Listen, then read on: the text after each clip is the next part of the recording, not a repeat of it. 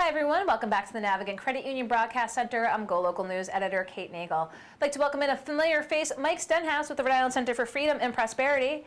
Thanks for joining us today. It's your kind of show. It's politics and World Series. We had the Cranston National Budlong Little League girls under 14 softball team. They split the first two games. They're playing Texas this afternoon. We got them to Skype in here. Went down to the Beltway to talk with Jennifer Lawless, but you want to talk both national and local politics, and this is in light of the recent development that second quarter 4.1% GDP growth, and you said that this is making the case for more conservative policies. Yeah, a lot of people are trying to poo-poo this because it's Donald Trump. To me, it has nothing to do with Donald Trump. It has to do with free market, cutting taxes, cutting regulations, opening up our energy possibilities, even though it's fossil fuels. And there's great lessons to be learned there, and it's very frustrating to see in our state that nobody seems to recognize that. Most of the candidates, in fact, we saw in the paper today, the governor is adopting a progressive agenda. She has a progressive challenger, and the Republican and other candidates are saying nothing about it. I don't think people understand that the progressive agenda wants to go in completely the opposite direction that the federal government is going. The federal government is showing, and again, remember, it's not just the GDP growth. We've had a lot of Obama supporters or progressives say, well, Obama had higher than that 3 or 4 quarters.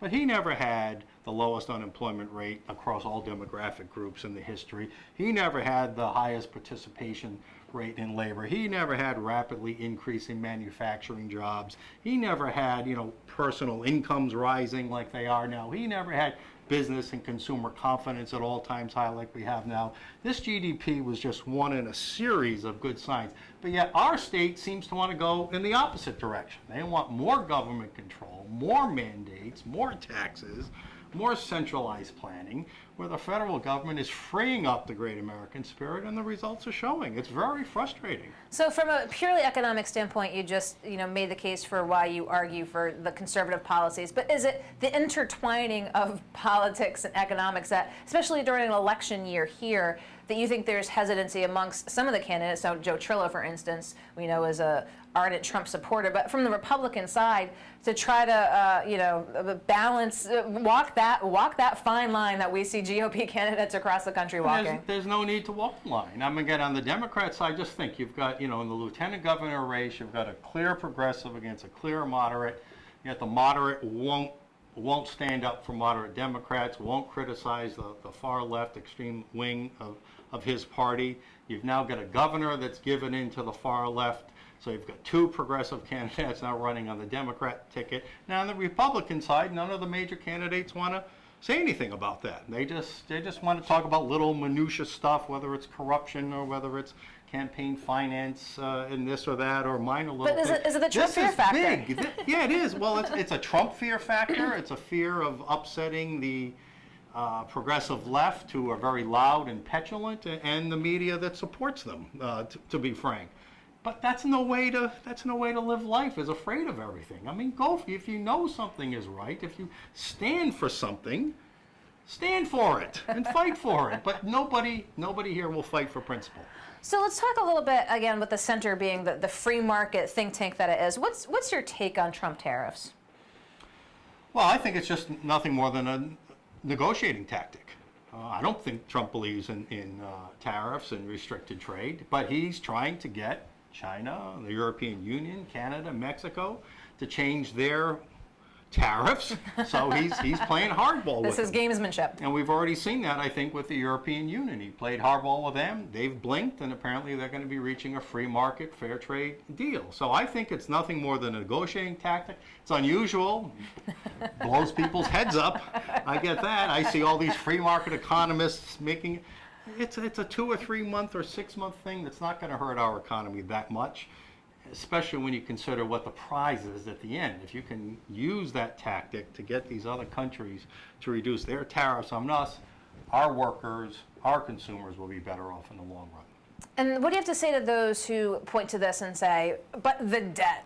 But the burgeoning debt that we are taking on, these tax cuts to the wealthy, and sort of the grand scheme of where the country is fiscally. Well, they're not tax cuts to the wealthy, first of all. I mean, it's the wealthy who are crying, with these SALT taxes in states like New Jersey, Rhode Island, New York. So these were corporate tax cuts, and middle class tax cuts. I wish the tax cuts on individuals were more.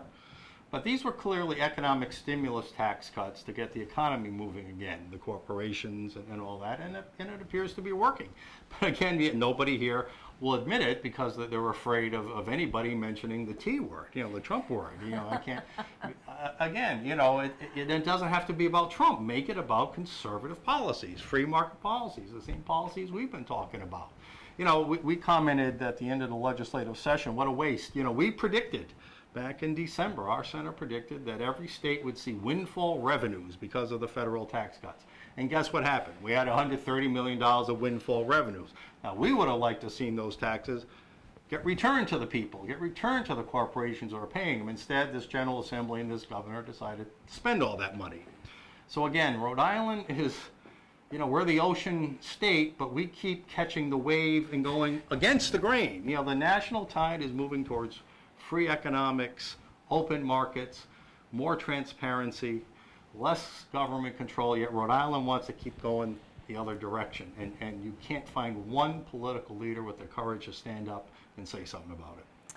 And what do you have to say to those two, again, with this rapid economic growth that could be approaching bubble status, that there could be a recession looming on the horizon? You've heard folks saying that as well.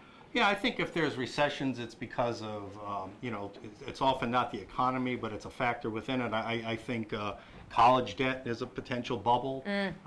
We've definitely overpriced colleges. And again, when we give out all these loans and we encourage people to get loans, go to college, it creates this bubble. And that could pop. I don't know what other bubbles there are out there, but hey, listen, we've been going at an unprecedented rate. Something could pop, but I don't think that the stock market is not an indicator of economic theory or philosophy. So markets can go up and down even if you're in a progressive or a free market conservative economy. So what's the center going to be focusing on in the next 6 months as we approach another General Assembly session? Again, being not a political entity, if you will, more policy focused. What's the next 6 months hold? I think we're evaluating right now what we're going to do in a post-Janus world, the Supreme Court case. We were outraged, to tell you the truth, at the governor's statement where she wanted to protect the contact information of government workers because she didn't want them to understand what their new rights are. We discussed this last time you were in. We talked about what would happen, but now we are seeing the governor and other politicians and unions trying to hide from government workers what their rights are. We don't care what they decide, but we think they should know what their rights are, what the implications of this decision or that decision are. So we are seriously considering whether we're going to do some kind of public awareness campaign to inform workers, because we know the government's not going to tell them, at least not this government. We know the union bosses aren't going to tell them, and we think every government worker deserves to know what their rights are, and we trust the decisions they make, whether that's to stay in the union or not. Now, I have to imagine this is a conversation taking place at both the board level locally, but also looking to see what other states around the country are doing to address the situation. Well, this has happened actually in other states, because a lot of states have, this ruling was essentially right to work for government workers, right?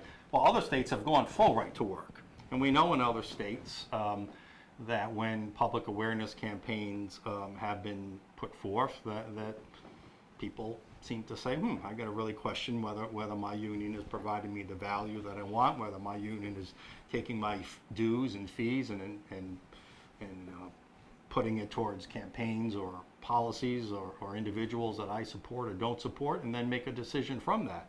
So I think workers need to be aware. Other states have shown that when these awareness campaigns happen, workers are appreciative of having that information.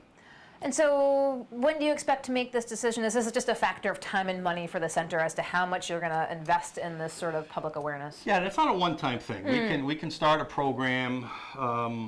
We've already raised some money. We need to get to, I won't mention figures, but we need to get to a critical point. We may partner with some national groups that have some infrastructure that we can use.